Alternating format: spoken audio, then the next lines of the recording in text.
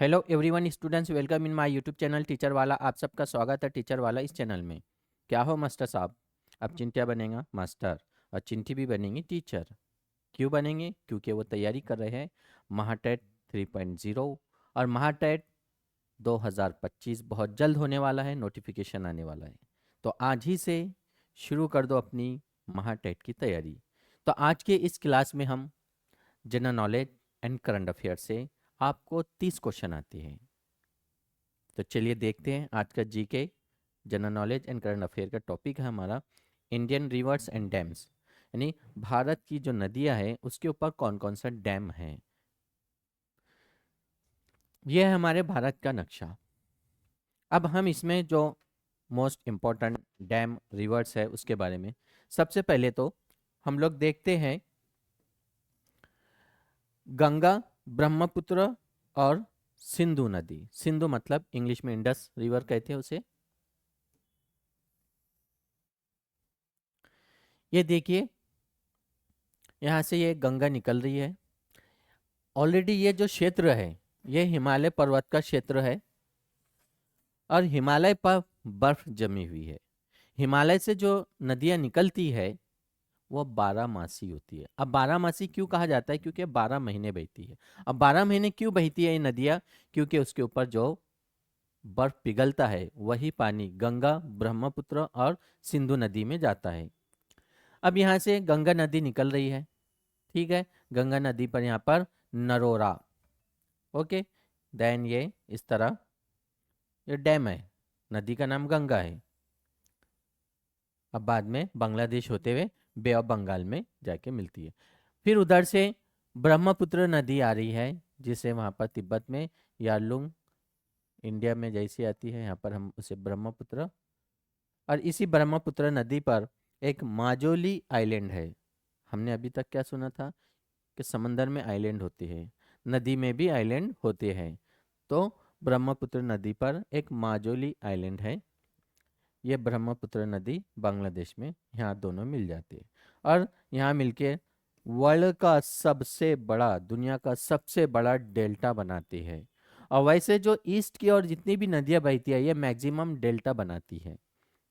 Waste की ओर बहने वाली नदियाँ डेल्टा नहीं बनाती, ईस्ट की ओर बहने वाली नदियाँ डेल्टा बनाती है। तो दुनिया का सबसे बड़ा डेल्टा ये दो नदियाँ मिलके बनाती हैं। अब हम देखते हैं सिंधु नदी जिसे हम इंडस या फिर दरियाई सिंध कहते हैं। यह कश्मीर होते हुए यह पाकिस्तान में चली जाती है। पाकिस्तान से फिर अरबियन सी में वापस आती है, यानी मैक्सिमम ये नदियाँ कहाँ जाती है? वेस्ट की ओर वाली नदियाँ अरबियन सी में, ईस्ट की ओर वाली नदियाँ बे ऑफ बंगाल में। अब इसी नदी के 5 प्रमुख सहायक नदियाँ जिसे हम कहते हैं झेलम, चिनाब, रावी, ब्यास, सतलज। इसी सतलज नदी पर भारत का सबसे बड़ा डैम भाखड़ा नंगल, भारत का सबसे बड़ा डैम भाखड़ा नंगल बना हुआ है। ओके, समझ में आ गया। देन फिर इधर यमुना नदी है, इसकी भी यमुना, चंबल, घाघरा, कोसी, तिस्ता, बेतवा, ओके, सोन, बेतवा, चंबल, ये सहायक प्रमुख नदियां हैं गंगा की। अब इसके बाद हम देखते हैं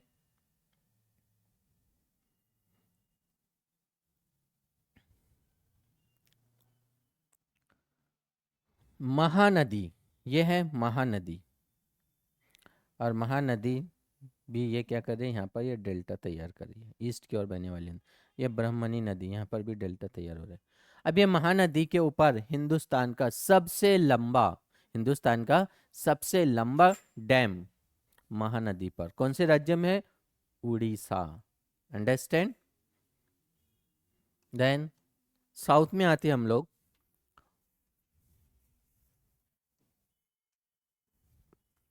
यहाँ देखिए कृष्णा नदी के ऊपर कोयना डैम बना हुआ है। कृष्णा नदी पर क्या है? कोयना डैम है।